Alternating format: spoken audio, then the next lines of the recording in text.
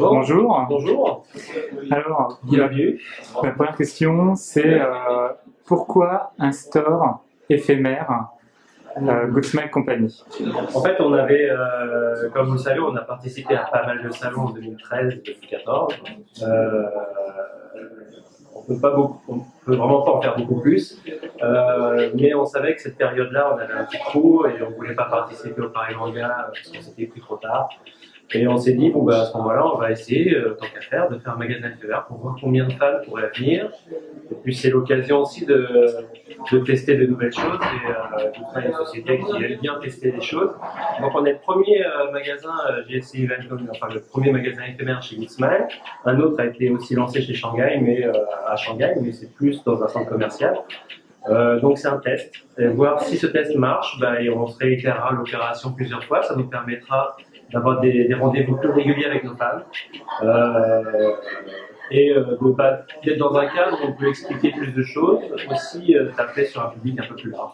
Voilà. Alors, il y a toute une partie exposition avec des nouveaux produits.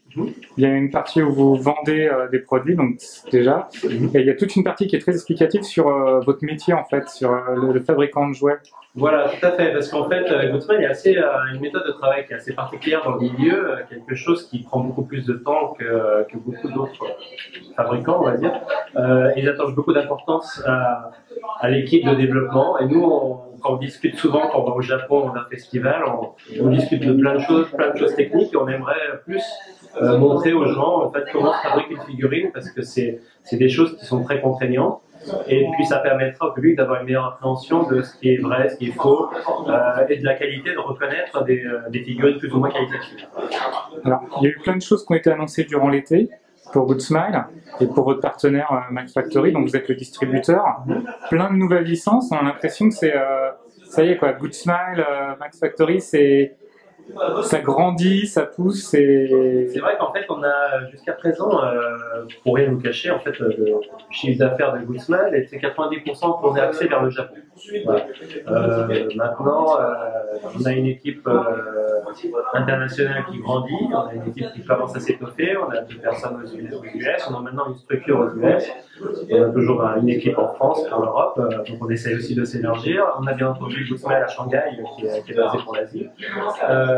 Et donc cette équipe, on essaye justement on s'est aperçu que les demandes des fans hors Japon, en fait, avaient des demandes complètement différentes.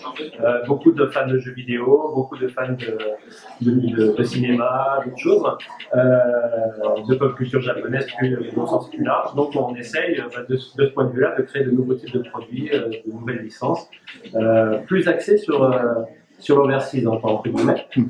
Jusqu'à présent, c'était principalement au Japon, c'est pour ça on a eu beaucoup de fans qui disaient ouais, mais cette série on la connaît pas, ça nous intéresse pas, c'est mignon, mais là donc maintenant, lui dit Mario vous connaissez, voilà, on essaye de prendre des licences un peu plus connues pour sensibiliser le plus grand nombre de personnes sur le produit. On a vu dernièrement les licences d'essai avec Batman en Endoroid.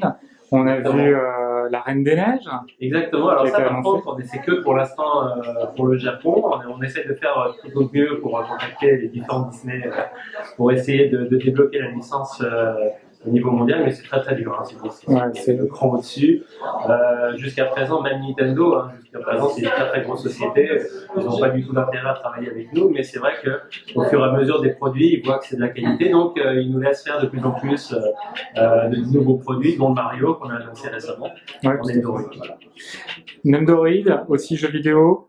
League of Legends.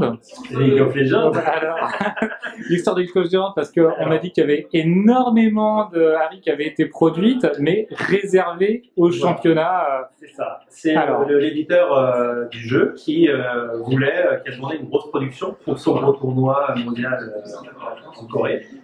Donc, nous, on est juste le fabricant. Et on a pour l'instant, ça va déboucher sans doute sur la distribution, mais c'est vrai que pour l'instant, c'est réservé aux seuls fans du jeu. Donc c'est réservé, c'est l'éditeur qui a l'exclusivité de ces produits-là. Donc, il y a énormément de buzz autour. On essaie de faire tout notre mieux pour que ça se débranche. Les fans sont chauds, hein, ils ont envie de. C'est ça qu'ils ont envie. Et, on est vraiment désolé quand on essaie de faire notre mieux pour essayer de débloquer la situation. Mais c'est vrai que pour l'instant, ils se font plaisir, hein, l'éditeur se fait plaisir et donc il profite, il profite aussi du buzz, je pense, déclenché par ces éditions.